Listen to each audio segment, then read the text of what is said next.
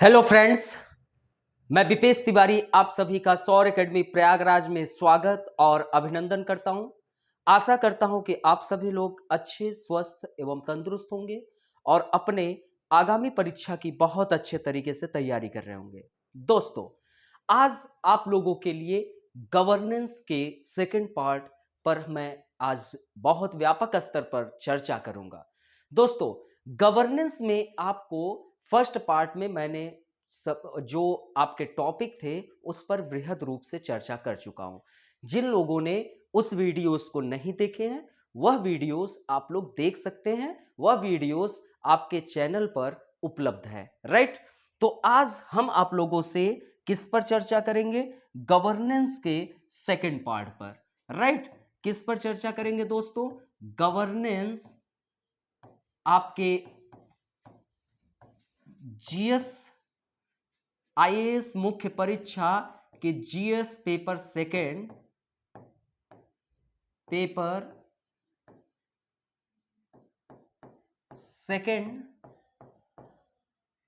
में एक टॉपिक है, ठीक है।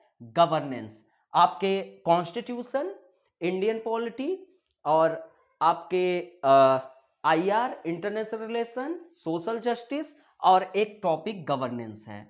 मैं आपको गवर्नेंस पढ़ा रहा हूं जिसमें पार्ट 1 वीडियो आ चुका है। आप लोग उस पार्ट 1 वीडियो को नहीं देखे हैं तो सभी लोग देख ले, और जिन लोगों ने चैनल को सब्सक्राइब नहीं किया है वो चैनल को सब्सक्राइब कर ले। और दोस्तों, आप लोग अधिक से अधिक लाइक करें, और जब क्लासेस खत्म हो जाए तो प्लीज आप लोग अपना कमेंट भी दीजिए। दूसरी चीज, प्लीज आप सभी लोग वीडियोस को बहुत अधिक से अधिक शेयर करें, ठीक है। शेयर करने में आप लोग प्लीज कमी न करें, और अपने फेसबुक पे लगाएं। हमें स्क्रीनशॉट भी भेज देना जो जो फेसबुक पे लगाए। व्हाट्सएप के आप स्टेटस पे लगा दें, साथ में आप व्हाट्सएप पर ग्रुप में शेयर कर दें, टेलीग्राम पे शेयर कर दें, तो ये एक अच्छा होगा। बाकी मैं गवर्नेंस पे आप लोगों को आज मैं बहुत ही महत्वपूर्ण टॉपिक के साथ उपस्थित हूं। उस टॉपिक का नाम है आपका लोकतंत्र में सिविल सेवाओं की भूमिका। बहुत अच्छी टॉपिक और बहुत इंटरेस्टिंग टॉपिक है। आज इस पर हम चर्चा करेंगे, लोकतंत्र में सिविल सेवाओं की भूमिका। देखिए दोस्तों, लोकतंत्र की डिफिनीशन आप लोगों को मैंने बताया हूं, जैसे कि अब्राहम लिंकन जी ने कहा है, जनता का जनता के द्वारा जनता के लिए शासन। तो दोस्तों, इस लोकतंत्र में जनता भी रहती है, और आपके इस लोकतंत्र में राजनीतिक कार्यपालिका भी है तो प्रशासनिक कार्यपालिका भी है। तो उस लोकतंत्र में सिविल सेवाओं की भूमिका क्या होगी उस पर हम चर्चा करेंगे। जैसे कि अब्राहम लिंकन ने कहा कि जनता का जनता के द्वारा जनता के लिए शासन, अर्थात कि दोस्तों जनता का, जिसमें वयस्क मताधिकार के आधार पर प्रत्येक व्यक्ति अपने प्रतिनिधि को चुनता है। जनता के द्वारा जनता के लिए शासन, जो भी कार्य होगा किसके लिए होगा? जनता के लिए होगा। तो अब इन सब चीजों पर आप लोगों का जो नीतियां हैं वो उसका क्रियान्वयन कैसे होगा, उन क्रियान्वयन में सिविल सेवाओं की बहुत बड़ी भूमिका होती है। जो सिविल सेवक होते हैं उनकी बड़ी भूमिका होती है। आज मैं आप लोगों से इसी टॉपिक पर चर्चा करूंगा, राइट। तो स्टार्ट करते हैं अपने टॉपिक को। प्लीज आप सभी लोग वीडियोस को अधिक से अधिक लाइक, शेयर और सब्सक्राइब, ये कमी आप लोग न करिएगा। बाकी मैं आपको पूरा टॉपिक अच्छे तरीके से आज चर्चा करता हूं, ठीक है। गवर्नेंस पार्ट 2 में टॉपिक है लोकतंत्र में सिविल सेवाओं की भूमिका। तो दोस्तों, सिविल सेवक को हम लोग दो तरीके से देखेंगे, एक वेवेरियन मॉडल और लोकतंत्र में अपेक्षा, ठीक है। तो ये जो वेवेरियन मॉडल है, यह नौकरशाही के ढांचे को यह मॉडल 3 लक्षणों के रूप में मानता है। अर्थात कि जो वेवेरियन मॉडल है यह 3 लक्षण, किसमें? नौकरशाही के ढांचे में 3 लक्षण के रूप में यह मानता है। आपसे प्रश्न यूपीएससी में पूछ लेता है वेवेरियन मॉडल, तो ये चीज आप लोग ध्यान में रखना। तो ये लक्षण में 3, एक आपका वैधानिक और तार्किक प्राधिकार, वैधानिक और तार्किक प्राधिकार, और पद सोपान, और तीसरा प्रशासनिक गुण। हम लोग एक एक करके आराम से धीरे धीरे जानेंगे, ठीक है। तो सिविल सेवक में हम लोग आज क्या क्या जानेंगे? पहला वेवेरियन मॉडल, फिर लोकतंत्र में अपेक्षा, ठीक है। सिविल सेवक का लोकतंत्र में क्या अपेक्षाएं हैं वो देखेंगे। तो नौकरशाही के ढांचे को जो वेवेरियन मॉडल है वह 3 लक्षणों के रूप में मानता है। वो लक्षण पहला क्या है? फर्स्ट लक्षण है आपका वैधानिक और तार्किक प्राधिकार, सेकंड लक्षण है आपका पद सोपान, थर्ड इसमें है लक्षण प्रशासनिक गुण। आइए आगे चलते हैं। तो दोस्तों वैधानिक एवं जो तार्किक प्राधिकार है वह इस बात पर बल देता है कि नौकरशाही विधि के अनुसार अपने अधिकारों का प्रयोग करे, ठीक है। देखिए जो वेबेरियन मॉडल का नौकरशाही के अंतर्गत 3 लक्षण देखने को मिले, तो उसमें फर्स्ट था वैधानिक एवं तार्किक प्राधिकार, ठीक है। तो ये जो वैधानिक मतलब कि विधि के तहत, ठीक है, और तार्किक मतलब कि तर्कपूर्वक, तर्कपूर्वक, ये नहीं कि अतार्किक, ठीक है। तो ये जो वैधानिक एवं तार्किक प्राधिकार है यह इस बात पर बल देता है कि नौकरशाही किसके तहत? विधि के अनुसार अपने अधिकार का प्रयोग करे। तो इसका मतलब कि विधि का शासन, ठीक है, विधि का शासन, और इस विधि के शासन में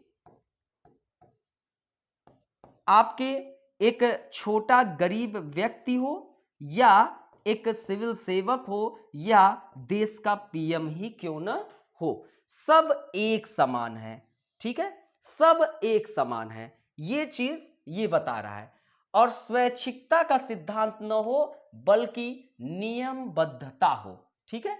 ये नहीं कि आप स्वेच्छा से कुछ भी कर ले, स्वेच्छा से आपका कार्य पद्धति नहीं चलेगा, ठीक है। आप निजी क्षेत्र में हो, स्वेच्छा से आप कुछ भी करो, कोई दिक्कत नहीं है, ठीक है। लेकिन उसमें भी कुछ नियम होते हैं, लेकिन आपको यहां पर नियमबद्ध होकर कार्य करना है, नियमों के तहत। जो आपको आपके पद पर रहते हुए आपको जो प्राधिकार प्राप्त है उन्हीं नियमों के तहत आपको कार्य करना है।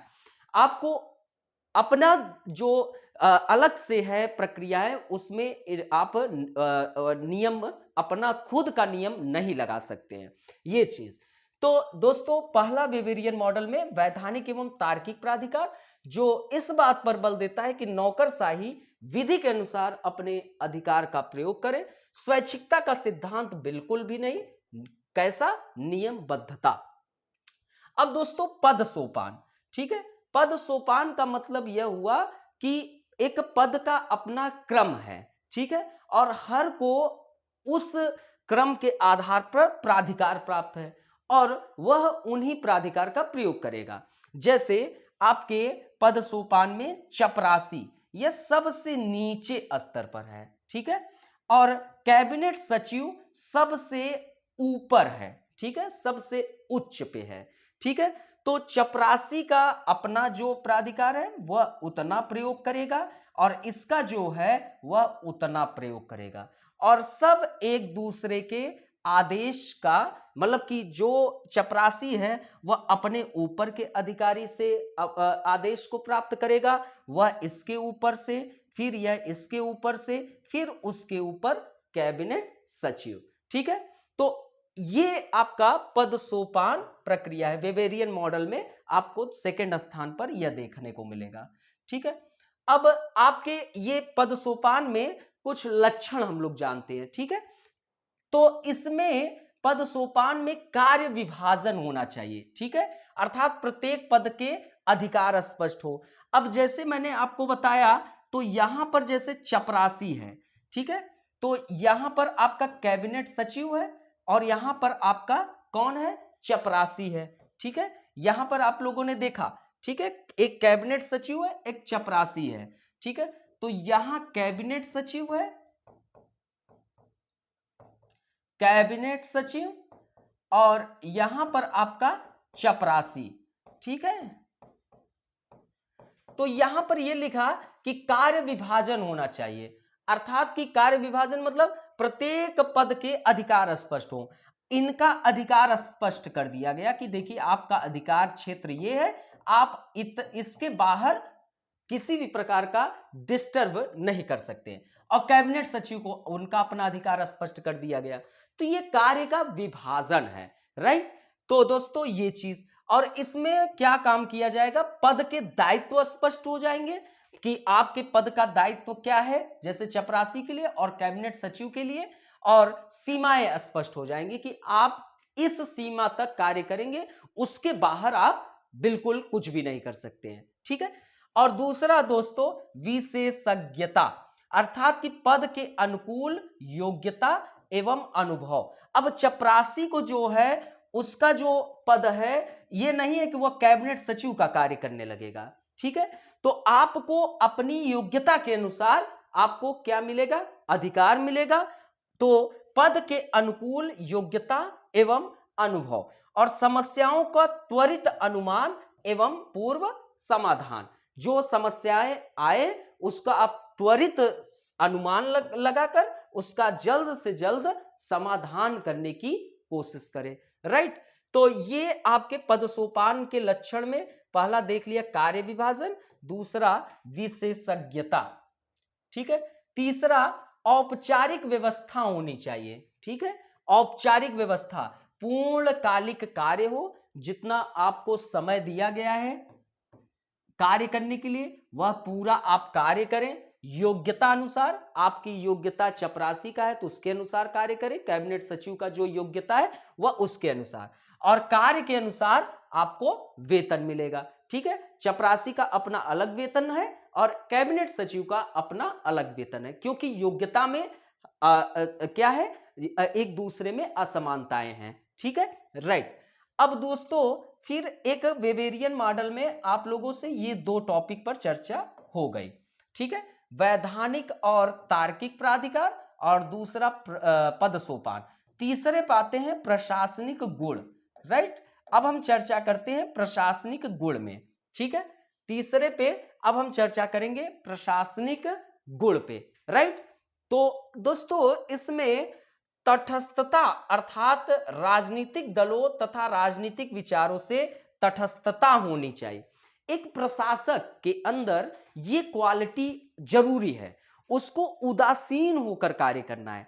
जैसे अब मान लो कि ये दो व्यक्ति हैं, ये दोनों सिविल सेवा की तैयारी कर रहे हैं, ठीक है। सिविल सेवा की दोनों ने इस बात को डिसाइड किया कि देखिए आज हम किसी टॉपिक पर क्या करते हैं, डिस्कशन करते हैं। टॉपिक निर्धारित हो गई, और ये टॉपिक निर्धारित हुई, क्या भारत को द्विदलीय शासन पद्धति अपना लेनी चाहिए। स्टार्ट हुई चर्चा। दोनों कुछ देर तक, 2 मिनट तक बड़े अच्छे तरीके से एक दूसरे से वार्तालाप कर रहे थे, लेकिन अचानक 2 मिनट के बाद एक ने कहा कि मायावती जी ने कहा कि तिलक तराजू और तलवार, इनको मारो जूता चार। अब दूसरा मायावती का मान लो कि समर्थक नहीं हुआ, दूसरा क्या कहते हैं किसी और दल का समर्थक हो गया, मान लो कि बीजेपी का। तो क्या कहते हैं जैसे ये मान लो कि ये मायावती का समर्थक है, ठीक है, और ये बीजेपी का, ठीक है। तो बीजेपी वाला ने कहा ये स्टूडेंट है, स्टूडेंट में भी अपने अपने राजनीतिक दल के विचार होते हैं, ठीक है, कोई ना कोई अपने राजनीतिक दल को मानता है, ठीक है। अब मान लो कि ये बीजेपी का है, ठीक है। इसने कहा कि मायावती जी ने कहा तिलक तराजू और तलवार, इनको मारो जूताचार, ये गलत है, ठीक है। तब से एकवा ने कहा कि देखिए भक्त लोग ये नहीं समझ पाएंगे क्योंकि वो अंधभक्त में हो गए, ठीक है। अब दोनों पता चला कि टॉपिक पर डिस्कशन कर रहे थे और एक दूसरे में लड़ाई झगड़ा हो गई। पता चला कि दोनों इस तरीके से लड़ाई झगड़ा करने लगे कि एक दूसरे का सर और फोड़ लिए। पता चला कि स्वरूप रानी नेहरू में जाकर उनको भर्ती कराया गया और फिर उसके बाद उनको उपचार कराया गया। तो ये आपके अंदर कार्य नहीं होना चाहिए। एक प्रशासक जो होता है दोस्तों, ये समझना चाहिए कि एक प्रशासक जो होता है वह तटस्थ होना चाहिए। देखिए एक प्रशासक को तटस्थ होना चाहिए, अर्थात कि जो सत्ता में है, ठीक है, सत्ता में जो है, जैसे मान लो कि सत्ता में इस वक्त बीजेपी है, तो अब ये प्रशासक जो है वह बीजेपी के लिए कार्य करेंगे। कल का हो सकता है कांग्रेस आ जाए तो कांग्रेस के लिए कार्य करेंगे। उदासीन रहिए, आपको किसी दल से मतलब नहीं है, जो सत्ता दल में है आपको उसके लिए कार्य करना है। जैसे मान लो कि सत्ता परिवर्तित हुई तो उनको पिछले सरकार की सूचना आपको देनी होगी कि क्या क्या कार्य किया गया। तो प्रशासनिक गुण में पहला क्या होना चाहिए? तटस्थता, अर्थात राजनीतिक दलों तथा राजनीतिक विचारों से आपको तटस्थ होना चाहिए। राइट, यहां फर्स्ट वाले में कोई दिक्कत हो कमेंट कर सकता है। राइट, सभी को मजा आ रहा है, समझ में आ रहा है? कहीं पर कोई दिक्कत हो कमेंट कर दीजिएगा, ठीक है। ये दोस्तों आप लोगों को कुछ सूचना दे दे, ये सोशियोलॉजी आंसर राइटिंग की क्लासेस प्रोग्राम मैं स्टार्ट किया हूं, जिसकी फीस है आपका 1100 रुपए, ठीक है, 1100 रुपए है। और जो भी स्टूडेंट एडमिशन लेना चाहता है वह एडमिशन ले ले। 2010 से 2020 तक के सभी प्रश्नों पर मैं आपको चर्चा करूंगा, मॉडल उत्तर दूंगा, ठीक है। तो आप सभी लोग इस बैच से जुड़ सकते हैं, सोशियोलॉजी उत्तर लेखन से। और दोस्तों दूसरा, मेरा समाजशास्त्र वैकल्पिक विषय का बैच चल रहा है, जिसकी फीस है 15,000 रुपए। और आपको जो भी एडमिशन लेना चाहता है वह ले सकता है, कोई भी दिक्कत हो आप कॉल कर सकते हैं 8004020005 पर, ठीक है। किसी को कोई जानकारी लेना हो तो वह कॉल भी कर सकता है। ये समाजशास्त्र वैकल्पिक विषय की बैच की जानकारी है। ये सत्यम सर का इतिहास वैकल्पिक विषय का बैच है। और दोस्तों सत्यम सर का एक संदेश है, अब गरीबी नहीं बनेगी सपनों को सच होने में बाधक। मतलब कि अगर कोई भी स्टूडेंट को कोई प्रॉब्लम है, कोई समस्या हो, तो वो जरूर संस्था के नंबर पर कांटेक्ट करे, उसका समाधान जरूर होगा, ठीक है। तो ये चीज आप लोग देख लीजिए। बाकी मैं अब क्लासेस के आते हैं। तो आप लोगों को ये पता चल गया कि प्रशासनिक गुण में पहले स्थान पर क्या होना चाहिए कि आपको तटस्थ होना है, उदासीन होकर कार्य करना है। जो सत्ता दल में है आपसे उनसे मतलब है, बाकी सत्ता विपक्ष से आपसे कोई लेना देना नहीं है, ठीक है। चल, दूसरा दोस्तों, निष्पक्षता। ये एक प्रशासक के अंदर बहुत बड़ी क्वालिटी है, निष्पक्षता, अर्थात कि पक्षपात रवैया नहीं होना चाहिए। जैसे हमसे हम मान लो कि मैं कल का डीएम बन गया। अब डीएम बनते ही मैं क्या काम किया, मान लो कि मेरा भाई कहीं लड़ाई झगड़ा कर लिया और उसने बोला कि मेरे जो भैया है वो डीएम है, वो देख लेंगे, ज्यादा ना बोलना वरना बंदूकें चल जाएंगी।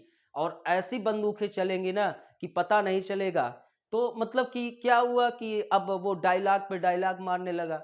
तो ये चीज अब पता चला कि वो केस आया तो अब भाई डीएम साहब जिसके भाई साहब हैं तो थोड़ा रौब तो रहेगा ही।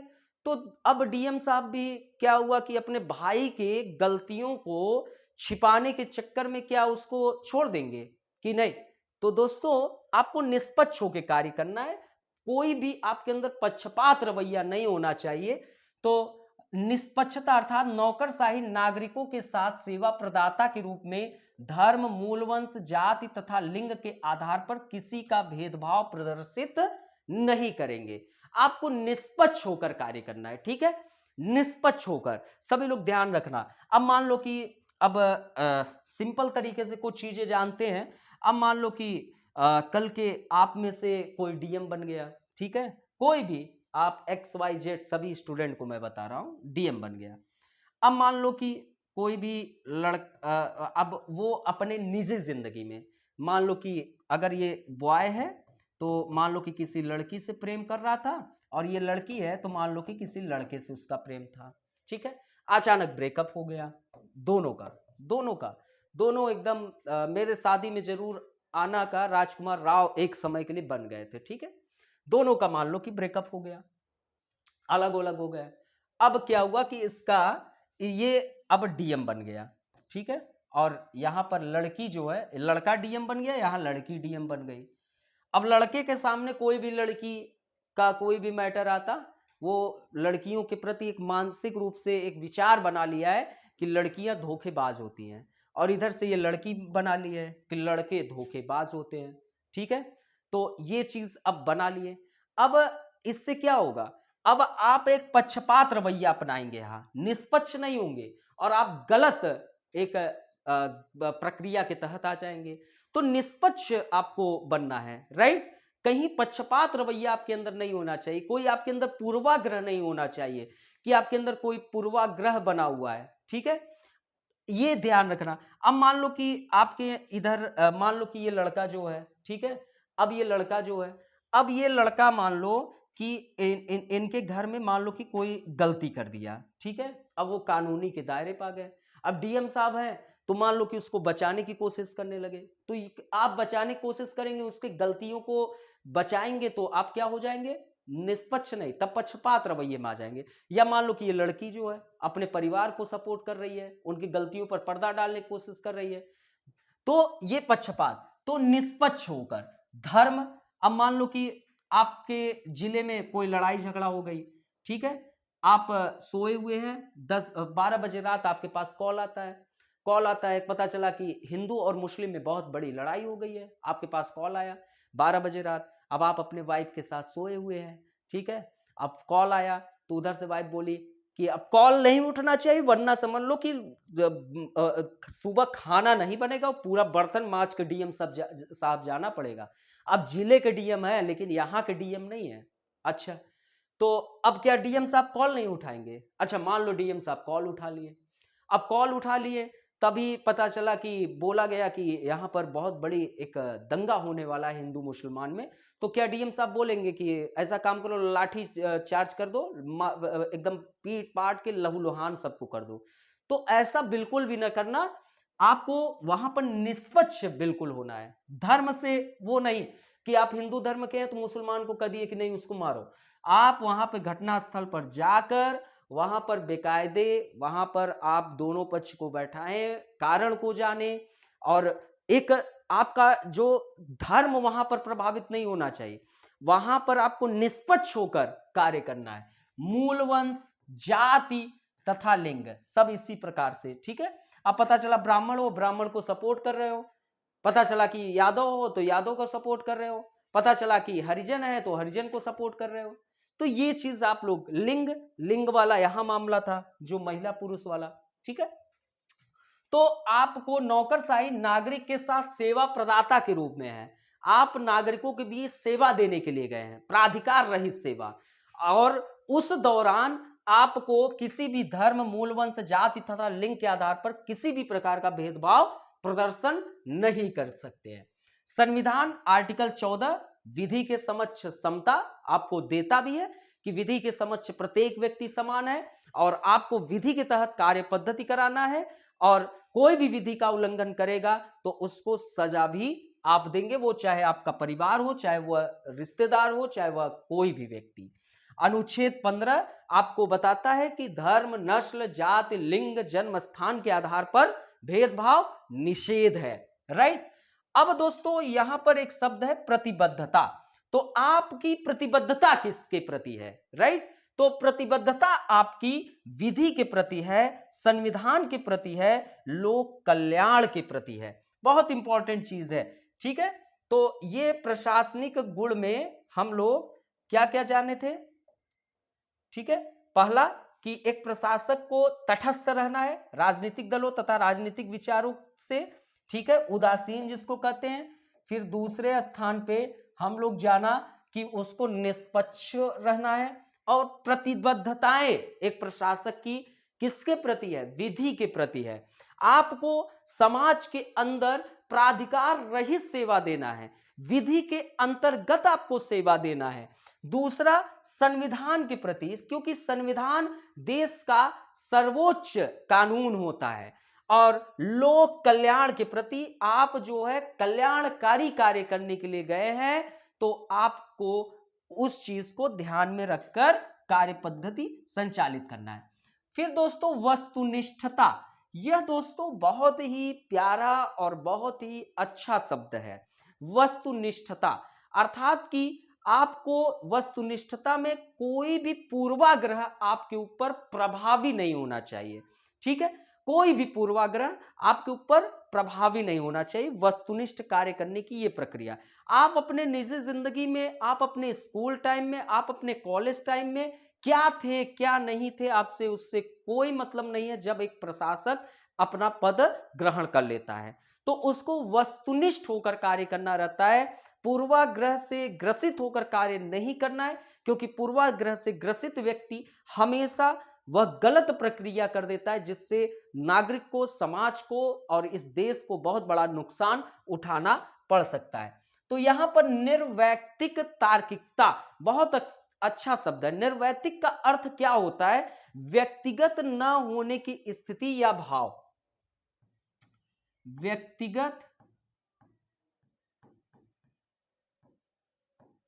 न होने की स्थिति या भाव, ये निर्वैयक्तिक का अर्थ हो गया। ठीक है, आपको व्यक्तिगत नहीं होना है। ठीक है, पता चला कि आप व्यक्तिगत हो गए, तो ये चीज आप ध्यान रखना कि व्यक्तिगत, निर्वैयक्तिक तार्किकता का तात्पर्य ही क्या हुआ। निर्वैयक्तिक का मतलब कि व्यक्तिगत न होने की स्थिति या भाव, और तार्किकता मतलब कि तर्कपूर्वक।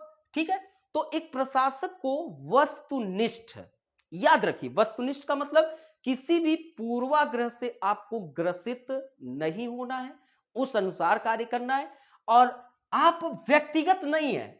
ठीक है, आपको व्यक्तिगत न होने की स्थिति या भाव में आप बिल्कुल तर्क पूर्वक कार्य करेंगे, तार्किकता आपके अंदर होनी चाहिए।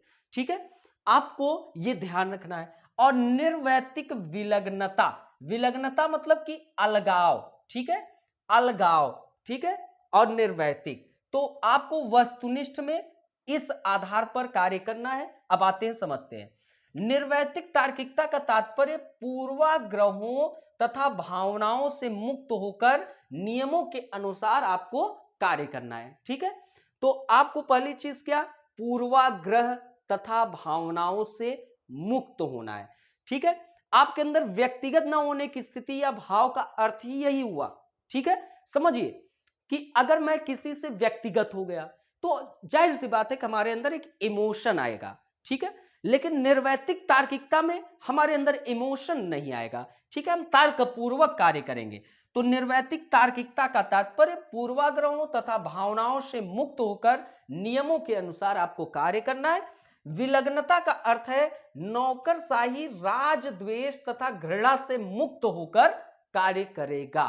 ठीक है, किसी भी प्रकार का आपके अंदर राजद्वेष तथा घृणा से मुक्त होकर आपको कार्य करना है। अब पता चला कि एक जैसे किसी लड़की से बात हुई तो बोली कि सर वो जो लड़के रास्ते में छेड़ते हैं ना, उनको तो मैं ऐसे बंदूक उठाऊंगी, मार दूंगी एक बार बन जाऊं तो ये चीज ध्यान रखना कि ये आपके अंदर नहीं होना चाहिए। जो भी है आपको प्राधिकार, आप एक झापड़ भी मार देंगे ना किसी को, देखिए आपको विधि के अंतर्गत कार्य करना है। आप, ये नहीं है कि वो कुछ भी गलत कार्य कर रहा हो तो ये नहीं कि आप पहुंचेंगे उसको झापड़ मार देंगे, ये कर देंगे। आपको जांच करनी है, आप जांच पड़ताल करिए कि क्या वह सही में कर रहा था कि गलत कर रहा था, और कानून के अनुसार उसको दंड मिलेगा। राइट, तो ये चीज, तो विलग्नता का अर्थ है नौकरशाही, राजद्वेष तथा घृणा से मुक्त होकर कार्य करेगा। ठीक है, याद रखिए।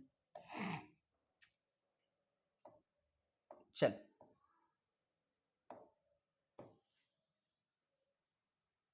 तो दोस्तों अब लोकतंत्र की अपेक्षाएं, हम लोगों ने वेवेरियन मॉडल को जान लिया, तीन। ठीक है, हम लोग जान लिए। ठीक है, कोई भी यहां पर अगर किसी को कोई दिक्कत हो तो पूछ ले। वेवेरियन मॉडल में कोई दिक्कत? देखिए हम लोगों ने कहां से स्टार्ट किया, एक एक करके चीजें समझेंगे। ठीक है, सिंपल तरीके से हम लोगों ने स्टार्ट किया था। और पहली चीज, सिविल सेवक में वेवेरियन मॉडल और लोकतंत्र में अपेक्षा, ये दो चीज हम लोगों को जानना था। वेवेरियन मॉडल में मैंने आपको वैधानिक और तार्किकता प्राधिकार, पद सोपान और प्रशासनिक गुण, ये तीन लक्षण है। नौकरशाही के ढांचे को यह मॉडल तीन लक्षणों के रूप में मानता है, और मैंने ये चीज अब आप लोगों को स्पष्ट कर दिया। अब हम लोग जानेंगे लोकतंत्र में अपेक्षा। ठीक है, तो आपके लोकतंत्र की अपेक्षा सिविल सेवा, तो भारत एक विविधतापूर्ण समाज है।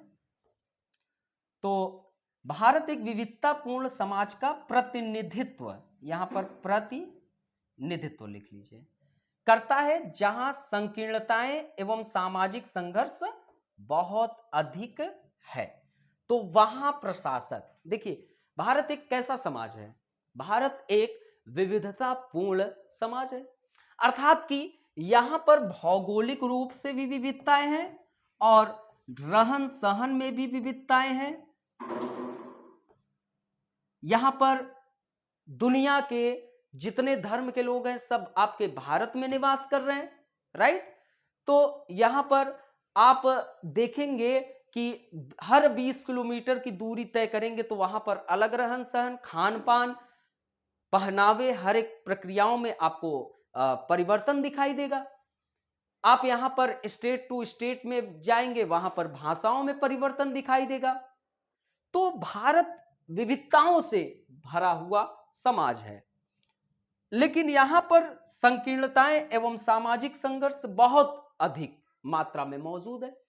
आपको जैसे क्षेत्रवाद आप लोग देखे होंगे, जिसका क्षेत्रों के प्रति अपनी एक इमोशन जुड़ी हुई है, और यह इमोशन हमको उसके प्रति क्या कर देता है, लगाव उत्पन्न कर देता है। तो आपको क्षेत्रवाद दिखाई देता है स्टेट से ऊपर, राज्य से ऊपर। जैसे अभी आया नई राष्ट्रीय शिक्षा नीति में त्रिभाषा फार्मूला, उस त्रिभाषा फार्मूला में साउथ के लोगों को लगा कि मेरे भाषाओं को, क्षेत्रीय भाषाओं को यह विनष्ट कर देगा त्रिभाषी फार्मूला, और वो सभी लोग मिलकर स्टेट से ऊपर लड़ाई करने लगे, सेंट्रल से। तो दोस्तों ये आप अब इस दौरान सिविल सेवक की अपनी भूमिकाएं निकल के आएंगी। क्या आपकी भूमिका होगी, राइट। अब एक जो राज्य टू राज्य के सीमा रेखा को बनाकर विवाद उत्पन्न होते हैं, जैसे कावेरी नदी विवाद।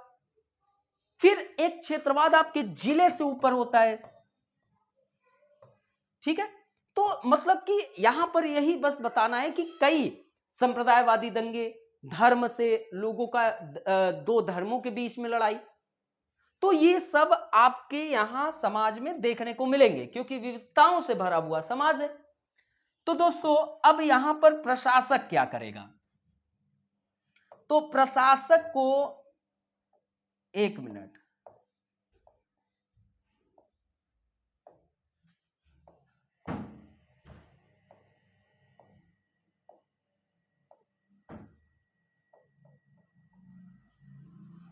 ठीक है, चल। तो दोस्तों प्रशासक को उस दौरान, क्योंकि कैसा समाज है, विविधतापूर्ण समाज है, सामाजिक संघर्ष आपको देखने को मिलेंगे। एक दूसरी चीज, आप एक प्रशासक हो, उस दौरान आपकी अपनी निजी जिंदगी भी है, उस दौरान आपकी अपनी एक निजी जिंदगी भी है। दूसरी चीज, आप भी किसी न किसी धर्म के होगे, एक निजी जिंदगी भी है। दूसरी, आपका कोई ना कोई धर्म भी होगा, आपके साथ पूर्वाग्रह भी होगा, आपके साथ क्या होगा, पूर्वाग्रह भी होगा। तो मतलब कि एक प्रशासक में आप लोग देख रहे हैं, प्रशासक में क्या क्या देखने को मिल रहा है। एक तो उसकी निजी जिंदगी भी है, उसके परिवार है, फैमिली है, एक उसका धर्म भी है, किसी न किसी धर्म का होगा, हिंदू, मुस्लिम, सिख, ईसाई। और तीसरा दोस्तों, यह जो प्रशासक है उसके ऊपर पूर्वाग्रह भी होगा। तो उस दौरान आपका समाज कैसा है, भारत विविधताओं से भरा हुआ समाज है। यहां पर जिस जिले में आप डीएम हो, वहीं पर आपको कई धर्म के लोग दिखाई देंगे। एक धर्म के लोग तो होंगे नहीं, कई धर्म के लोग आप देखने को मिलेंगे।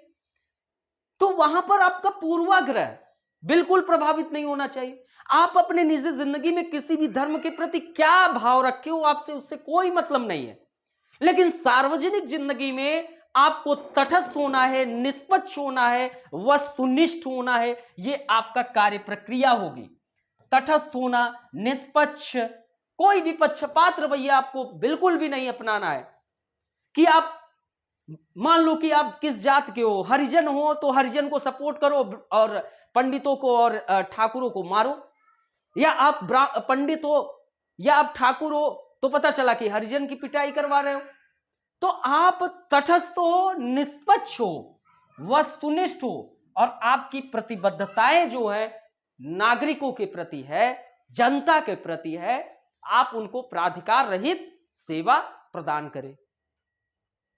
अब दोस्तों, स्वतंत्रता के पश्चात सबसे बड़ी चुनौती हमारे बीच क्या थी? हमारा देश जब आजाद हुआ उस दौरान हमने लोकतंत्रात्मक की प्रक्रियाएं अपनाई और लोकतंत्र के साथ संसदात्मक शासन व्यवस्था को अपनाया। अब दोस्तों, उस लोकतंत्र की प्रक्रिया हम उस दौरान अपनाए जब भारत में वृहद स्तर पर भूखमरी, गरीबी, बृहद मात्रा पर अशिक्षा यह विद्यमान था। उस दौरान हमारे जो राजनीतिक दल के लोग थे उनका कर्तव्य था कि हमारे भारत देश में एक लोकतंत्र की जो राजनीतिक संस्कृति है उसका प्रचार प्रसार हर एक जन तक हो। लेकिन उस दौरान राजनीतिक दल भी असफल हुए, प्रशासक भी असफल हुए। प्रशासक, उस दौरान प्रशासकों में इतना बड़े मात्रा में भ्रष्टाचार मौजूद था जो कि बहुत गलत प्रक्रियाएं थी। चलिए, तो दोस्तों, स्वतंत्रता के पश्चात सबसे बड़ी चुनौती थी समतायुक्त, शोषण मुक्त समाज की स्थापना। सबसे बड़ी चुनौती थी, हमको समाज में समता युक्त समाज की स्थापना करनी थी और शोषण मुक्त, कोई भी किसी का शोषण न होने पाए, न किसी के धर्म के आधार पर, न किसी लिंग के आधार पर, न किसी के जन्म स्थान के आधार पर। इस उद्देश्य की प्राप्ति के लिए नौकरशाही को सामाजिक आर्थिक परिवर्तन के एक साधन के रूप में देखा गया कि ये जो नौकरशाही है, ब्यूरोक्रेट है हमारे, वह सामाजिक आर्थिक परिवर्तन में एक अच्छी भूमिका निभाएंगे। ऐसे में नौकरशाही को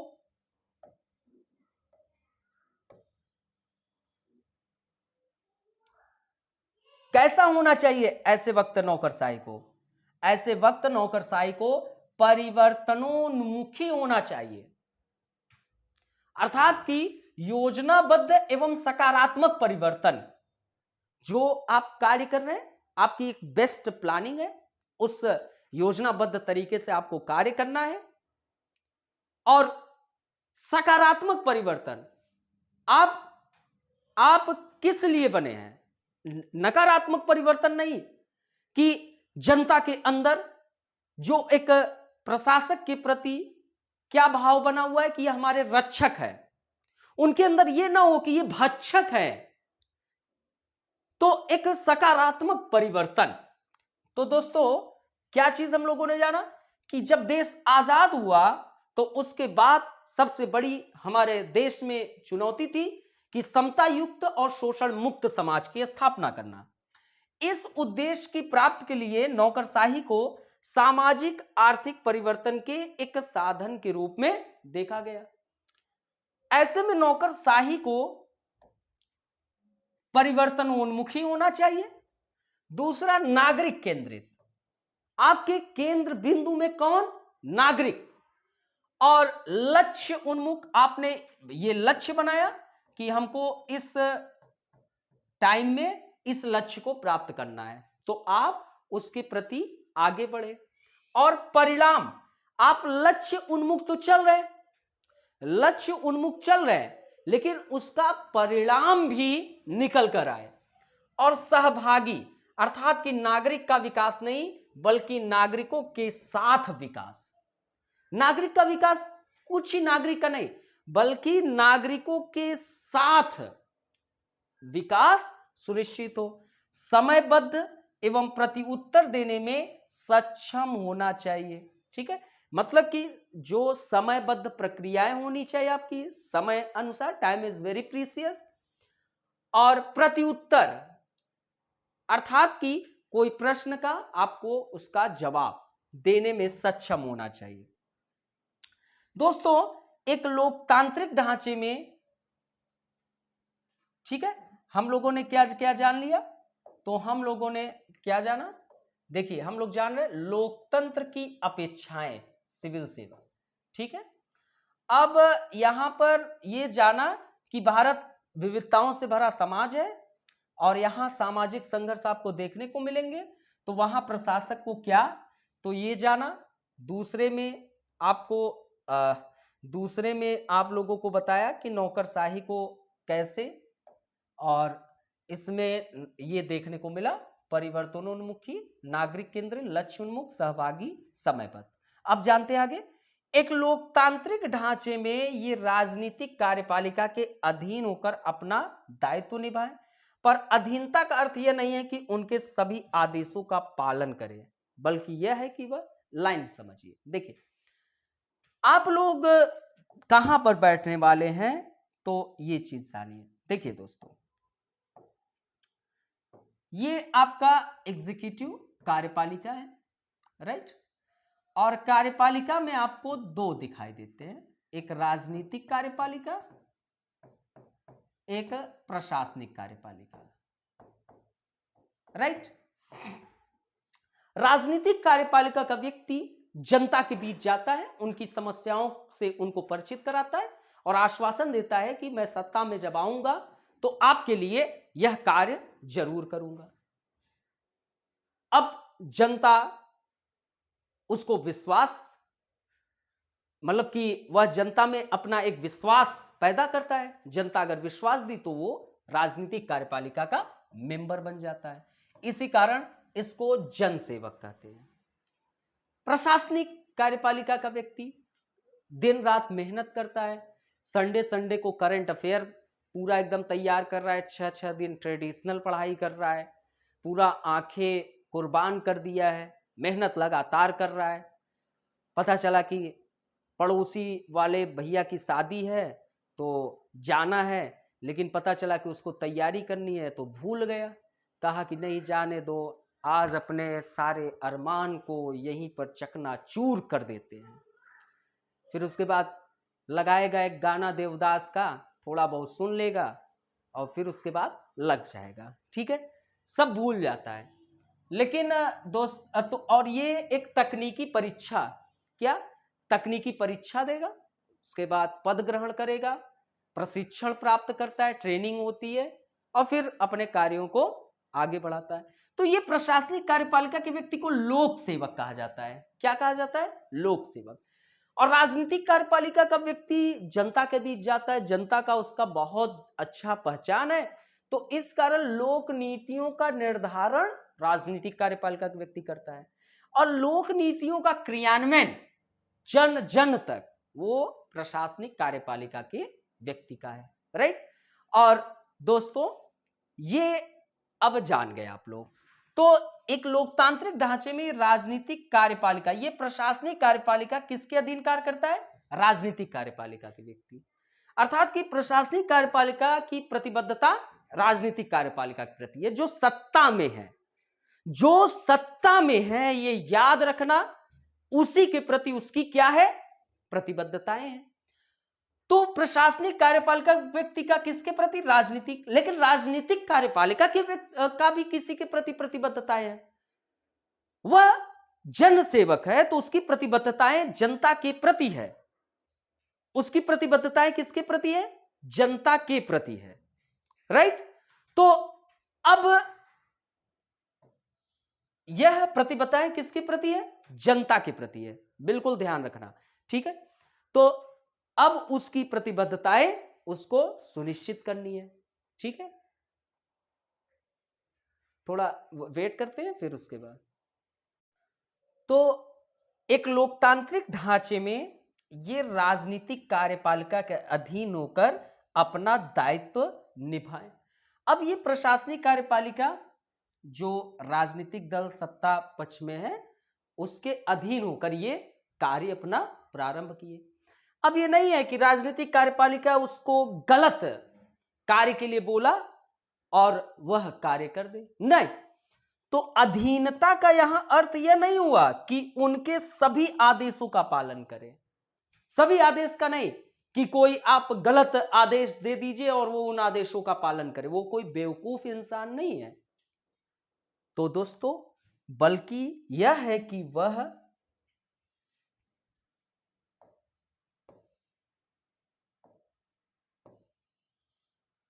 संवैधानिक और विधिक आदेशों का पालन करे।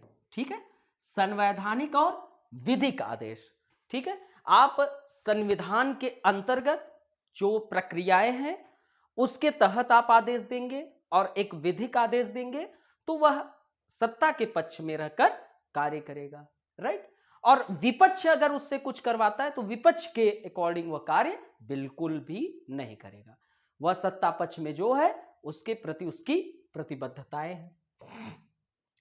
सिविल सेवा कंडक्ट रूल 1964 के अनुसार, ये आप याद रखिएगा, सिविल सेवा कंडक्ट रूल 1964 के अनुसार क्या कहा गया कि उसे व्यक्तिगत एवं सार्वजनिक दोनों जीवन में सत्यनिष्ठा का उदाहरण प्रस्तुत करना है। देखिए क्या कहा गया कि उसे, ये हमेशा याद रखना, कहीं पर आप इथिक्स में भी ये जो टॉपिक है, यह टॉपिक आपको इथिक्स में भी कार्य देगा। तो इसमें कहा गया कि व्यक्तिगत एवं सार्वजनिक, अर्थात कि आपको अपने दोनों जिंदगी में सत्यनिष्ठ, सार्वजनिक में आप पद ग्रहण किए हैं तो आपको पद पर रहते हुए गरिमापूर्ण व्यवहार करना है। पद की अपनी क्या होगी, एक गरिमा होगी, तो उस गरिमा के तहत आपको क्या करना है, कार्य करना है। ठीक है, 1 मिनट। तो दोस्तों सिविल सेवा कंडक्ट रूल 1964 के अनुसार उसे व्यक्तिगत एवं सार्वजनिक दोनों जीवन में सत्यनिष्ठा का उदाहरण प्रस्तुत करना है। देखिए एक प्रशासक की अपनी एक व्यक्तिगत जिंदगी है और एक अपनी उसकी सार्वजनिक जिंदगी है। तो कभी कभी ऐसा आता है कि इन दोनों के बीच में विवाद भी उत्पन्न हो सकते हैं कि मैं सार्वजनिक को देखूं कि व्यक्तिगत। तो दोनों जगह आप सत्यनिष्ठ का उदाहरण प्रस्तुत करना है कि आप अपने पद पर रहते हुए एक गरिमापूर्ण व्यवहार कर रहे हैं। एक लोकतांत्रिक देश में सत्ता का केंद्र कौन होता है, जनता होती है। एक आपको डेमोक्रेसी में, एक लोकतंत्र में आप देखेंगे तो सत्ता का केंद्र बिंदु कौन है, जनता। अतः जनमत के प्रति सम्मान और जनता के प्रति जवाबदेहिता आवश्यक सुनिश्चित किया जाना चाहिए, राइट। तो ये आप याद रखिए। अब हम आते हैं अपने अगले टॉपिक पे। तो हम लोग कहां तक जान गए, हम लोगों ने सिविल सेवा लोकतंत्र की अपेक्षाएं, जिसमें हम लोगों ने इन सभी पूरी प्रक्रियाओं को जान गए। ठीक है, तो जिसमें वहां प्रशासक और इसके तहत जो भी आपको दिखाई दे रहा है प्रक्रिया, ये सब मैंने आप लोगों से चर्चा कर लिया। अब आप लोगों से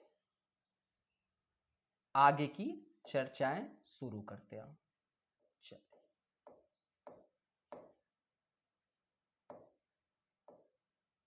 ठीक है, अब आते हैं। तो दोस्तों वास्तविक स्थिति भारत में, ठीक है, तो देश आजाद हुआ 15 अगस्त 1947 को। ठीक है, कब आजाद हुआ, 15 अगस्त 1947 को।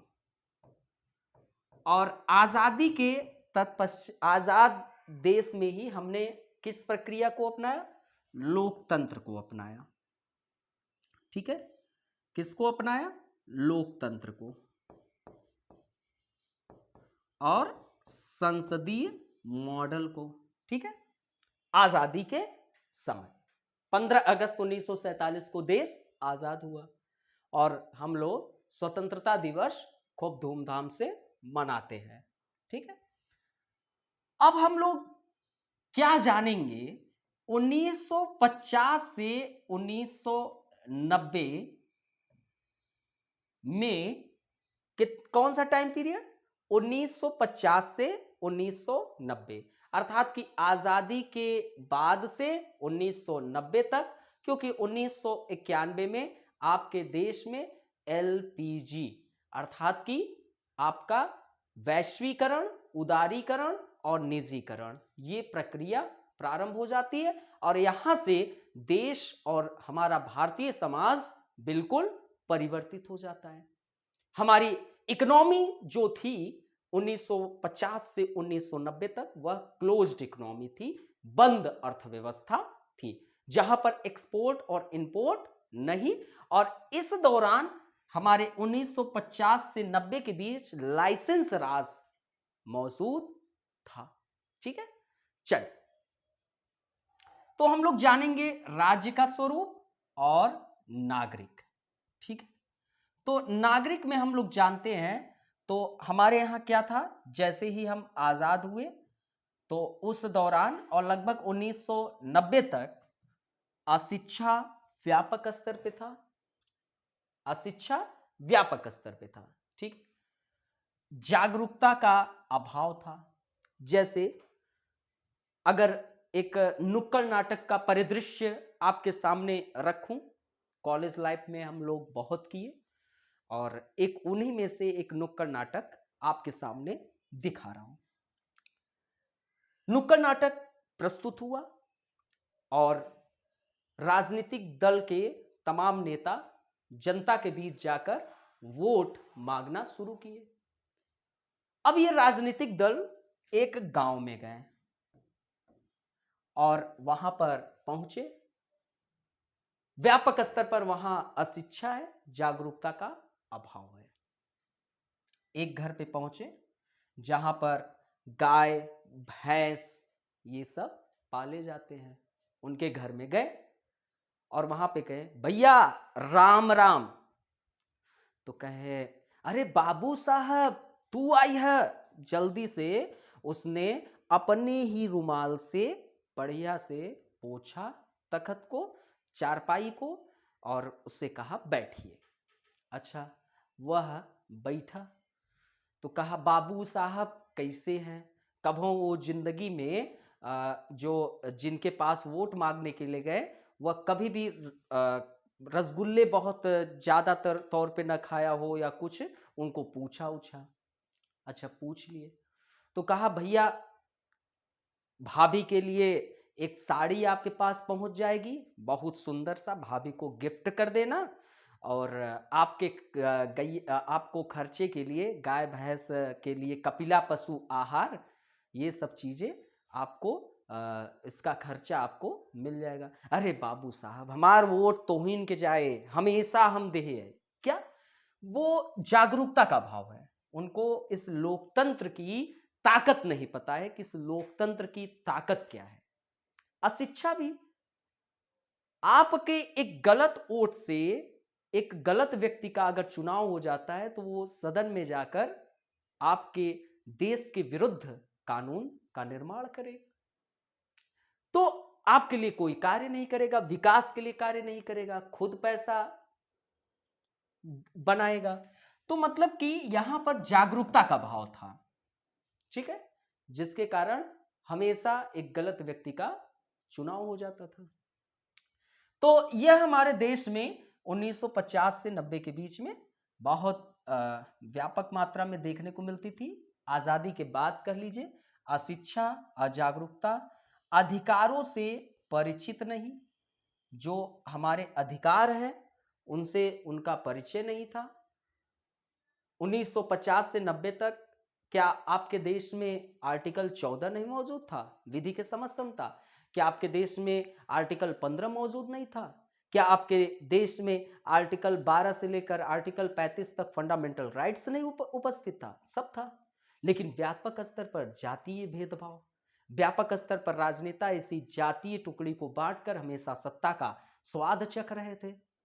हमेशा ये चीज आपको भारत में व्यापक स्तर पे आज भी विद्यमान है, क्योंकि आज भी हम लोकतंत्र की प्रक्रियाओं को बहुत अच्छे तरीके से नहीं समझ पाए हैं और न ही हमारे देश में लोकतंत्र की राजनीति संस्कृति का विकास अच्छी तरीके से हो पाया।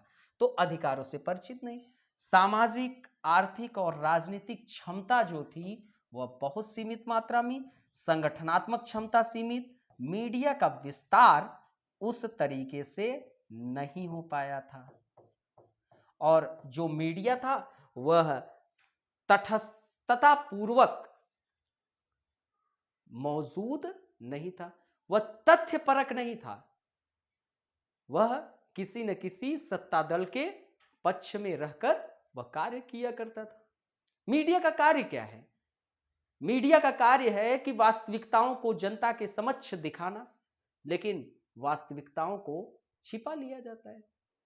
और मीडिया जो है किसी व्यक्ति को जिसने अपराध नहीं किया उसको न्यूज मिली, उसको इस तरीके से दिखा देता है कि वह अपराधी रियल में अपराधी है, उसने बल्कि अपराध नहीं किया है। बाद में वह सत्यापित होगा, लेकिन उसका जो एक गरिमा थी उसका तो गलत प्रक्रिया का हुआ। चल, तो मीडिया का विस्तार नहीं। परिणामतः क्या निकल के आया? परिणामतः यह निकल के आया कि अक्रिय नागरिक अर्थात राजनीतिक रूप से अक्रिय तथा मिले हुए अधिकारों का उपभोग करने में सक्षम नहीं। अक्रिय मतलब कि जिसको कहते हैं क्या? क्रियाहीन, अर्थात कि क्रिया शून्य, अर्थात कि जो क्रिया या कर्म न करता हो। तो जब इतना सब कुछ मौजूद है हमारे आजादी के समय, ये अशिक्षा, जागरूकता नहीं, अधिकारों से परिचित नहीं, सामाजिक, आर्थिक और राजनीतिक क्षमता सीमित है, तो वह अक्रिय नागरिक होंगे, क्रियाहीन नागरिक होंगे, अर्थात कि राजनीतिक रूप से वो अक्रिय हैं, उनको लोकतंत्र की एक जो ताकत है उससे उनका परिचय नहीं है, तथा मिले हुए अधिकारों का जो उनको अधिकार हमारे संविधान ने दिया है उससे परिचित न होने के कारण मिले हुए अधिकारों का उपभोग करने में वो सक्षम भी नहीं थे। परिणामतः यह निकल के आया। चुनौतियां क्या थी उस वक्त? चुनौती गरीबी व्यापक स्तर पर, बेरोजगारी व्यापक स्तर पर। एक माता पिता के 4 पुत्र हैं, कोई 20 साल का है, कोई 22 साल का है, कोई 24 साल का है और कोई 18 साल का है। 2 लड़के 2 लड़की है। क्या ये चारों कार्य करने के लिए सक्षम नहीं है? अगर इनके पास कार्य मिले तो हर एक व्यक्ति 5-5 हजार का पार्ट टाइम तो 3-4 घंटे का टाइम निकाल के कार्य कर सकता है। तो निर्भर जनसंख्या बहुत ज्यादा मात्रा में, तो बेरोजगारी, अब इस माता पिता के ऊपर तो भार बढ़ेगा ना, कब तक वह इनके खर्चों का वहन करेगा? यहां पर यह अर्थ नहीं हुआ कि माता त्वमेव माता च पिता त्वमेव बंधु च सखा त्वमेव विद्या द्रोणम त्वमेव सर्वमम देव देव। अब यहां पर यह नहीं चलेगा कि अब उस माता पिता के 4 पुत्र हैं तो ये माता पिता जीवन भर इन चारों को ढोता ही रहे। ये नहीं कि अब ये चारों अगर उनका खर्चा पानी बंद हो जाए तो ये चारों कहें कि माता पिता तो दुश्मन होते हैं। माता पिता दुश्मन नहीं होते हैं, लेकिन वो परिस्थिति दुश्मन बनाने के लिए तैयार कर रही है। तो दोस्तों क्या हुआ? गरीबी और बेरोजगारी व्यापक स्तर पर, खाद्यान्न संकट, माल्थोस का जनसंख्या सिद्धांत यही कहता है। दोस्तों पॉपुलेशन बढ़ेगा तो जाहिर सी बात है कि हमारा उसी के साथ साथ खाद्यान्न भी बढ़ना चाहिए, लेकिन खाद्यान्न तो बढ़ नहीं रहा है और पॉपुलेशन लगातार बढ़ता चला जा रहा है, तो खाद्यान्न संकट भी उत्पन्न होगा। तो यह भी देखने को मिला, शिक्षा, स्वास्थ्य, जलापूर्ति जैसी मूलभूत समस्याएं भी हमारे यहां बहुत व्यापक स्तर पर मौजूद थी। आप देखिए कई कानून में परिवर्तन शिक्षा स्तर में 1990 के बाद आप देखने को मिलता है, सर्व शिक्षा अभियान हो या और भी चीजें। आगे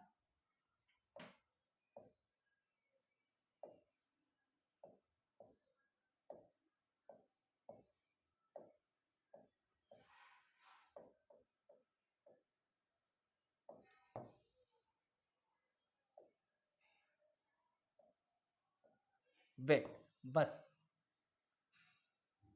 तो दोस्तों अब हम लोग आते हैं राज्य के स्वरूप में।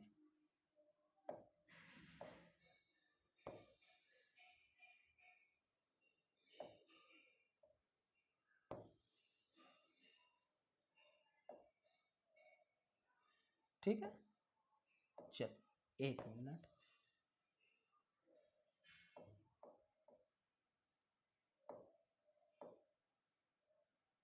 ठीक है, अभी तक हम लोगों ने क्या जान लिया? चल, अभी तक हम लोगों ने जाना कि 1950 से 90 तक हमारे नागरिक के विषय में, तो ये चीजें आपको पता चल गई। अब हम आते हैं राज्य के स्वरूप में। ठीक है, अब दोस्तों राज्य का स्वरूप एक हम जानेंगे परंपरागत और एक नवीन भूमिका। ठीक है, परंपरागत में सुरक्षा और प्रशासन, और नवीन भूमिका में कल्याणकारी, पहलकारी, नागरिकों के अधिकारों को सशक्त बनाना। ठीक है, अब हम लोग इन सब चीजों को जानते हैं। ठीक, चलिए, तो दोस्तों राज्य का स्वरूप, तो राज्य का स्वरूप एक ट्रेडिशनल, आपको इसकी चर्चा हो भी गई, तो हम पहले नवीन भूमिका को जानते हैं। ठीक है, परंपरागत में सुरक्षा और प्रशासन। ठीक है, अब नवीन भूमिका में कल्याणकारी, पहलकारी, नागरिकों के अधिकारों को सशक्त बनाना। चल, ठीक है, चल पहला जानते हैं कल्याणकारी। तो दोस्तों कल्याणकारी, डीपीएसपी आप लोग पढ़े हैं, डीपीएसपी आर्टिकल 36 से 51। ठीक है, यह कल्याणकारी राज्य की बात करता है। 2020 में यूपीएससी के प्रीलिम्स एग्जाम में पूछा भी। और दोस्तों आपका जो प्रस्तावना है वहां पर भी वेलफेयर की बात होती है। तो जनता के न्यूनतम आवश्यकता की शर्तें, जनता की क्या शर्तें हैं भाई? एक जनता जो है अपने प्रतिनिधि को सदन में भेजता है, तो वो सोचता है कि हमारे बच्चों को अच्छा शिक्षा मिले, स्वास्थ्य मिले, रोजगार मिले और सुरक्षा मिल जाए। भाई घर में माँ बहन बेटी सब है, उनको सुरक्षा मिले। कुछ अत्याचारी लोग हैं हमारे समाज में जो उनके संपत्ति का हरण कर सकते हैं, तो उससे उसको सुरक्षा मिले। और स्वास्थ्य, उसको सही समय पे अच्छे से उपचार मिल सके। घर में महिलाएं हैं, प्रेग्नेंट होती हैं, तो उनको सही समय में उपचार मिल सके, ताकि माँ और बच्चे दोनों को सुरक्षित किया जा सके। और भी स्वास्थ्य सुविधाएं, शिक्षा, बच्चों को अच्छी शिक्षा मिलेगी तो कल के हमारे देश के लिए कर्णधार बनेंगे। और रोजगार। ठीक है, तो ये जनता की कुछ न्यूनतम आवश्यकताएं हैं, कुछ शर्तें हैं, इसी के अनुसार वह सदन में अपने प्रतिनिधि को भेजता है। तो प्रतिनिधि भी वो क्या काम करेगा, उसका कार्य पद्धति इन्हीं के इर्द गिर्द आपका कार्य होगा। ठीक है, अभी देखिए न्यू एजुकेशन पॉलिसी आई, न्यू एजुकेशन पॉलिसी आई, नई राष्ट्रीय शिक्षा नीति, कस्तूरी रंगन समिति पर। ठीक है, स्वास्थ्य पे आप देखिए, स्वास्थ्य पे बहुत बड़ी हमारे यहाँ कल्याणकारी योजना चल रही है। सभी लोग कमेंट करके बताएं, एक दो कमेंट करके जरूर बताएं।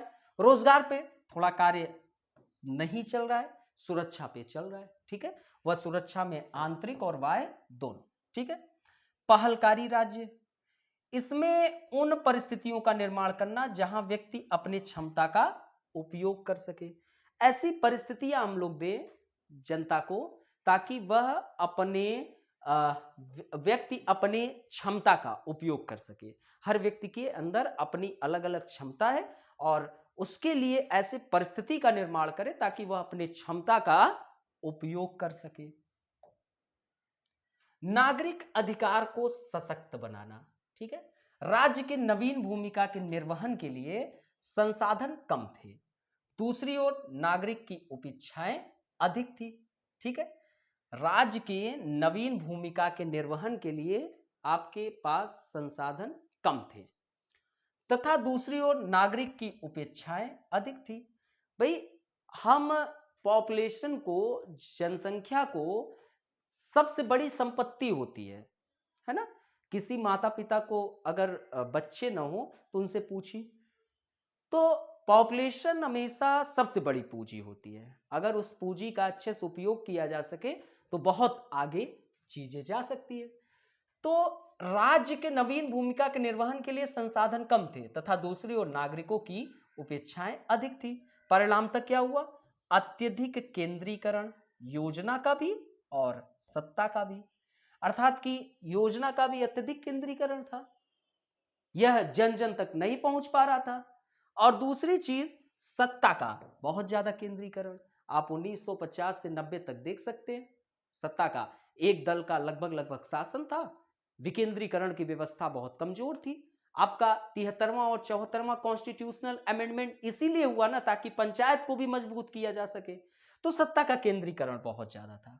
1950 से 90 तक आपको क्या देखने को मिला था? नियंत्रण राज्य, मतलब लाइसेंस राज, इंस्पेक्टर राज, ये सब। और विकास के प्रेरक के रूप में नौकरशाही।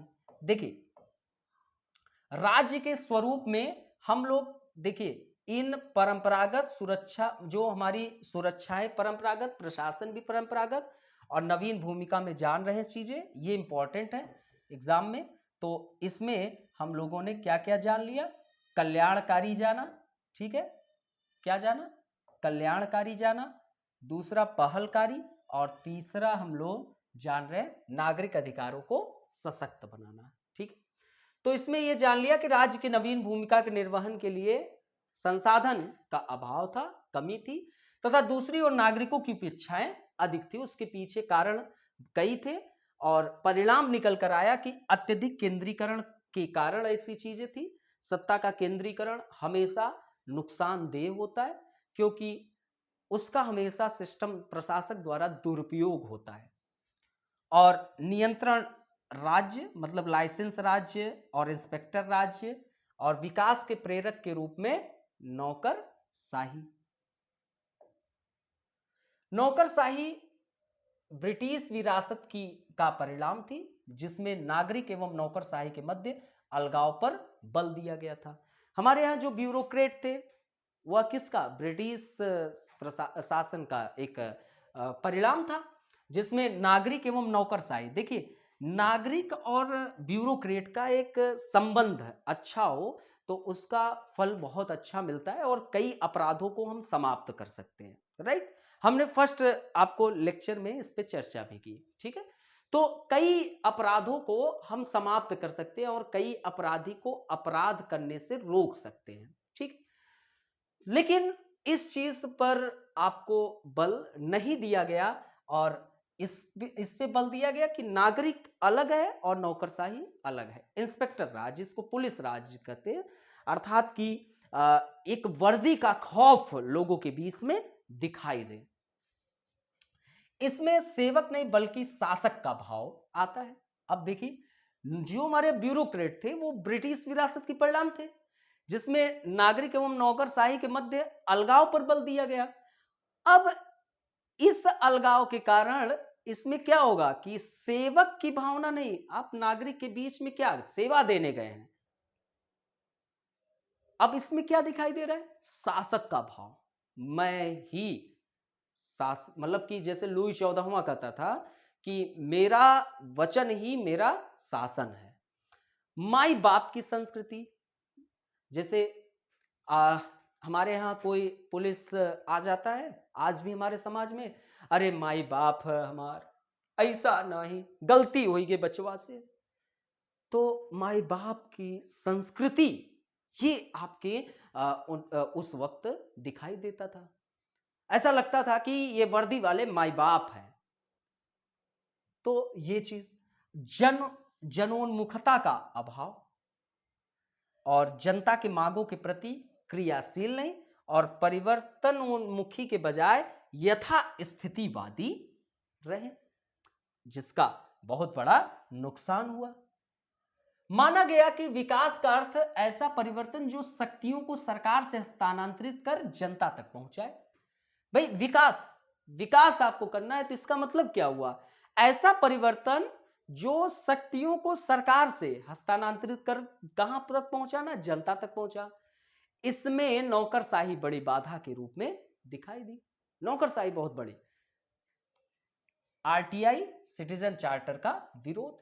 जब आरटीआई है, हमेशा उस दौरान आरटीआई की बात होती रही, लेकिन इसका नौकरशाही के द्वारा लगातार विरोध होता गया।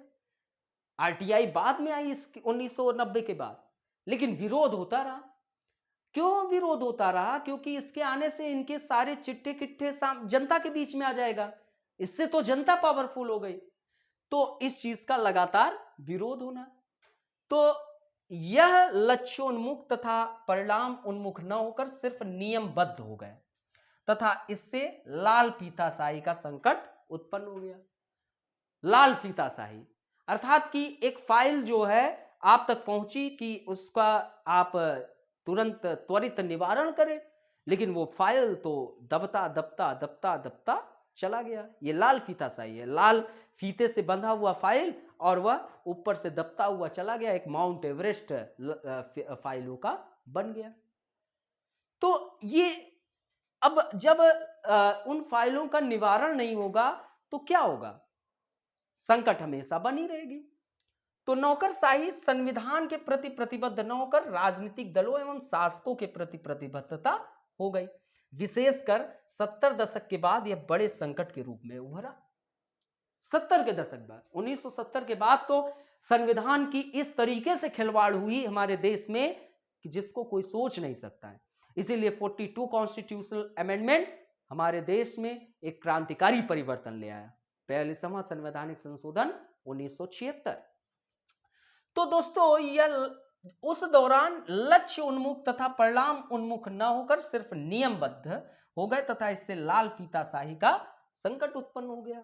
नौकरशाही जो है वह संविधान के प्रति उसकी प्रतिबद्धता नहीं थी, उसकी प्रतिबद्धता तो राजनीतिक दल एवं शासकों के प्रति, ताकि दोनों मिलकर खूब बढ़िया से बैठकर दोनों मजे से पूरी सब्जी खा सके।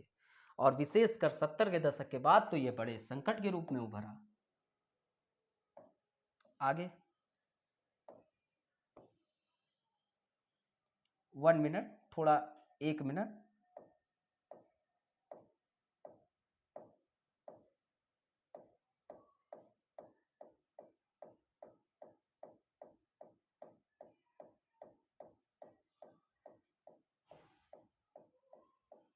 ठीक, ओके। अभी थोड़ा आप लोगों का क्लासेस लंबा चलेगा, ठीक है? सब अच्छे तरीके से चीजें समझ लें, ठीक है? तो हम लोग ये जान गए कि प्रतिबद्ध हो गई और विशेषकर 70 के दशक के बाद यह बड़े संकट के रूप में उभर के आया, ठीक है? तो बस आप 5 सेकंड का वेट करिए बस। तो दोस्तों क्या हुआ कि 70 के दशक के बाद यह बहुत बड़े संकट के रूप में उभर कर सामने आया। तो आगे की प्रक्रिया आप जानते हैं।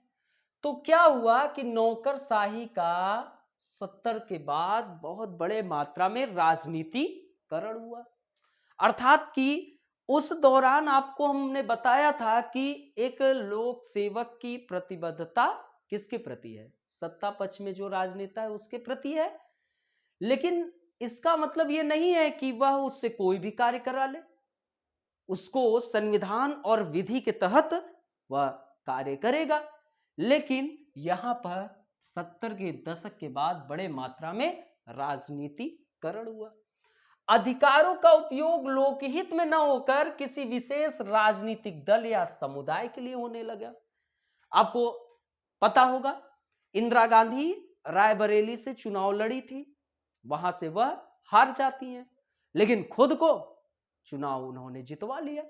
लेकिन फिर हाईकोर्ट, इलाहाबाद हाईकोर्ट में मामला गया तो उनको हार स्वीकार करनी पड़ी। तो दोस्तों मतलब कि नौकरशाही का 70 के बाद राजनीतिकरण हुआ। अधिकारों का उपयोग लोकहित में न होकर किसी विशेष राजनीतिक दल या समुदाय के लिए होने लगा।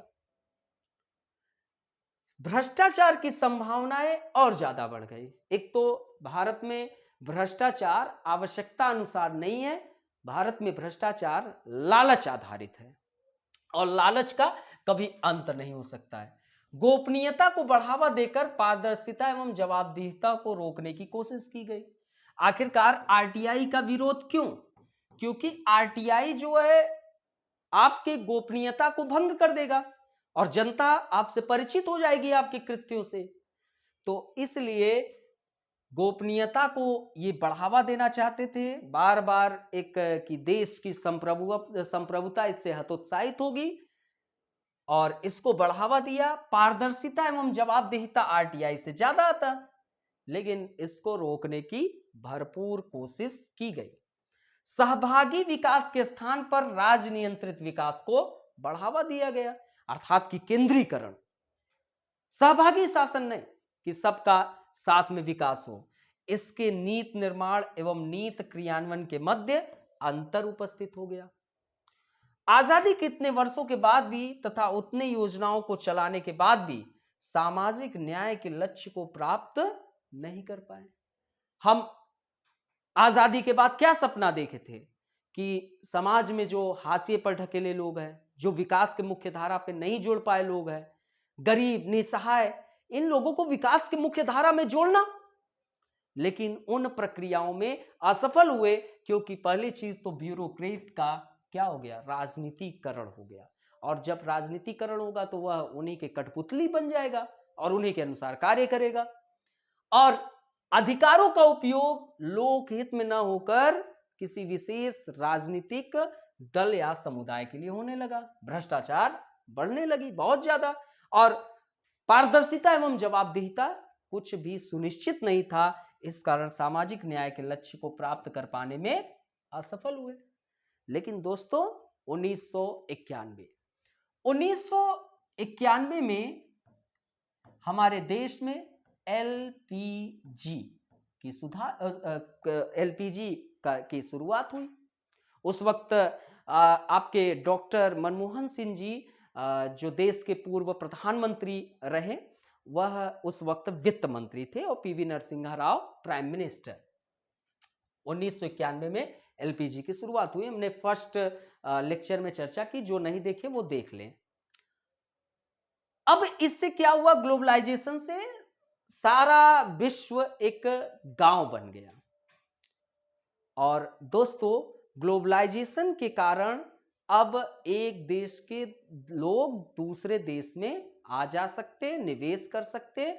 अब भारत की अर्थव्यवस्था की कनेक्टिविटी जो है वह विश्व के अन्य देशों की अर्थव्यवस्था से हो गई।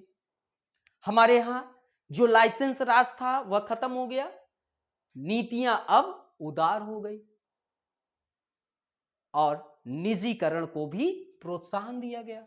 तो 1991 के पश्चात परिवेश में व्यापक परिवर्तन आया, सुधारों की मांग हुई, नागरिक चेतना का स्तर परिवर्तित हुआ, वह सामाजिक परिवर्तन का और सशक्तिकरण के उपकरण के रूप में, और राज्य के स्वरूप में परिवर्तन हुआ और RTI, citizen charter, social network sites. जिस आरटीआई का लगातार विरोध ये ब्यूरोक्रेट कर रहे थे, 2005 में आरटीआई आपके यहां आ गया। ये जो गोपनीयता का बार बार देते थे, अब इनकी गोपनीयता अब जनता के बीच में भी आएगी। तो राज्य के स्वरूप में परिवर्तन हुआ, नागरिक चेतना का स्तर भी परिवर्तित हुआ, सामाजिक परिवर्तन सशक्तिकरण के उपकरण में। आइए जानते हैं सामाजिक परिवर्तन।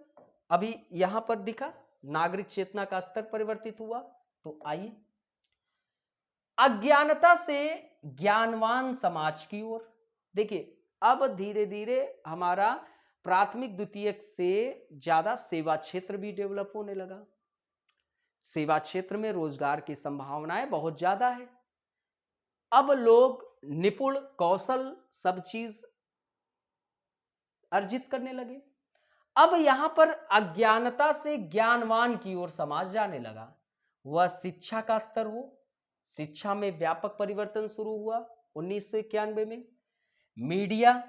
मीडिया भी परिवर्तित हुई, क्योंकि अब हमारे यहां मीडिया का स्तर और ज्यादा व्यापक हो गया, कहीं कमी है लेकिन और भी सही होगा। स्थानीय शासन की भूमिका, 73वां 74वां कॉन्स्टिट्यूशनल अमेंडमेंट, संवैधानिक संशोधन, नागरिक समाज, सिविल सोसाइटी एक्टिव हुआ। आप लोग, ये बहुत बुद्धिजीवी वर्ग होता है नागरिक समाज। आप देखें, ये मान लो कि आपका शहर में घर है, यहां आपका घर है, अब क्या हुआ, पड़ोसी में व्यक्ति मान लो कि कोई डीजे चला रहा है बहुत साउंड तेज करके, तो यहां पर जागरूक नागरिक समाज जो अच्छे बुद्धिजीवी वर्ग है, 5-6 इकट्ठे होकर तुरंत डीएम के ऑफिस में विज्ञापन दे दिए कि देखिए यहां पर ऐसे अराजक कार्य हो रहे हैं जिससे बच्चों की शिक्षा में बाधक बन रहा है, तुरंत यहां पर एक्शन लेकर इनकी छुट्टी की जाएगी कि भैया डीजे चल बजाइए, आपकी जितनी स्वतंत्रता है उतनी उनकी भी है, लेकिन एक लिमिट में। तो और दोस्तों, यह पहली चीज में हम अज्ञानता से ज्ञानवान समाज की ओर बढ़ने लगे। दूसरी, प्रतिस्पर्धी राजनीति।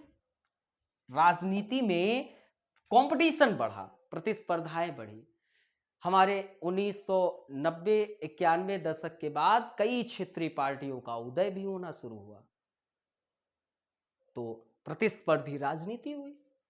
अब दोस्तों, राज्य के स्वरूप में परिवर्तन, यहां पर हमने देखा कि राज्य के स्वरूप में भी परिवर्तन हुआ। तो दोस्तों, राज्य के स्वरूप में परिवर्तन आया और हम अब बंद अर्थव्यवस्था से खुली अर्थव्यवस्था की ओर आगे बढ़े। आजादी से हम 1990 तक, 15 अगस्त 1947 से 1990 तक हमारी अर्थव्यवस्था कैसी थी? बंद अर्थव्यवस्था। ठीक है, बंद अर्थव्यवस्था, जहां पर एक्सपोर्ट और इंपोर्ट, आयात निर्यात नहीं होता था। लेकिन 1991 में एलपीजी की शुरुआत से हमारी अर्थव्यवस्था ओपन हो गई। अब हम आयात निर्यात करते हैं, कोई भी देश का व्यक्ति आकर हमारे देश में निवेश कर सकता है, हम भी दूसरे देश में जाकर निवेश कर सकते हैं। नियंत्रित अर्थव्यवस्था से अब बाजार प्रेरित। हमारे जो आजादी से 1990 तक बहुत नियंत्रित अर्थव्यवस्था थी, सरकार का बहुत ज्यादा नियंत्रण था।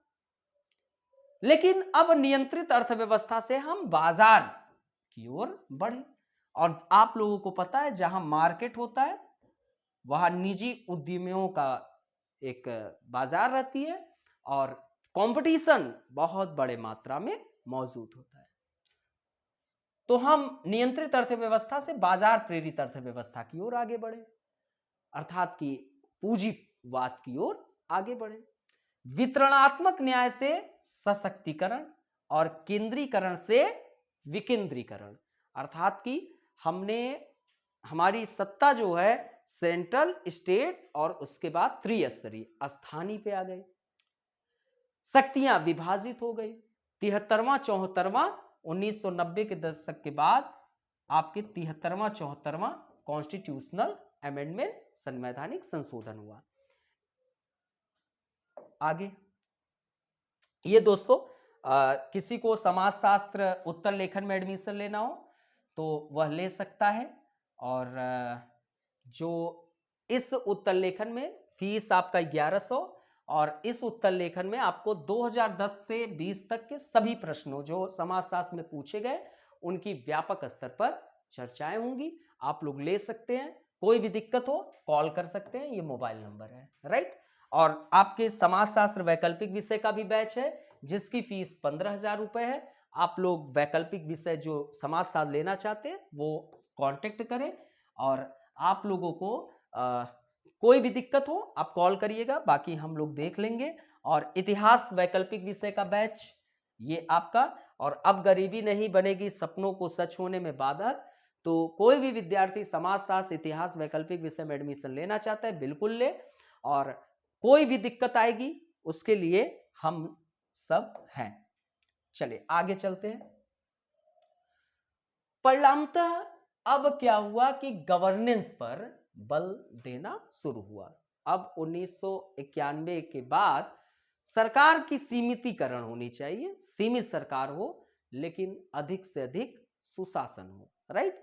Maximum government, minimum government maximum governance, ये हमारे देश के प्रधानमंत्री का नारा भी है।